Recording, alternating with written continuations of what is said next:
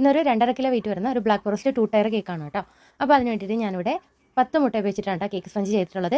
2 8 ഇഞ്ചിൻ്റെ ടിന്നിലും 2 6 ഇഞ്ചിൻ്റെ ടിന്നിലും ആയിട്ടാണ് കേക്ക് ബേക്ക് ചെയ്തിട്ടുള്ളത്. താഴത്തെ ടയറിന് വേണ്ടിയിട്ട് 2 കേക്ക് ടിന്നിൽ ചെയ്ത കേക്കും 2 ലെയർ വീതം കട്ട് ചെയ്ത് 4 ലെയർ ആയിട്ടാണ് കൊടുക്കുന്നത്. അപ്പോൾ ഞാനിവിടെ ബ്ലാക്ക് ഫോറസ്റ്റിന് ഇങ്ങനെയാണ് കേട്ടോ കൊടുക്കുന്നത്.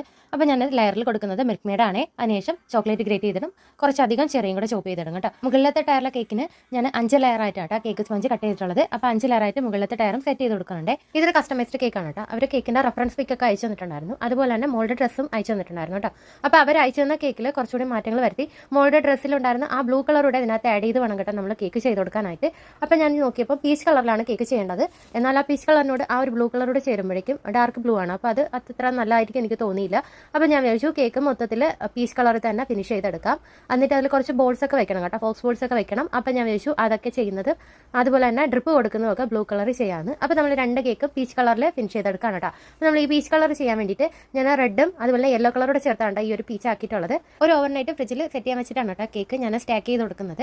അപ്പോൾ അതിന് വേണ്ടിയിട്ട് ഞാൻ അടിയിലത്തെ കേക്കിൽ കുറച്ച് സ്ക്യൂസ് ഒക്കെ കൊടുക്കുന്നുണ്ട്. മുകളിലത്തെ കേക്ക് 1 കിലോയിൽ കൂടുതൽ വെയിറ്റ് ഉണ്ട് കേട്ടോ. അപ്പോൾ അത് എടുത്ത് പോകാനായിട്ട് കുറച്ച് റിസ്ക് ആയിരുന്നു.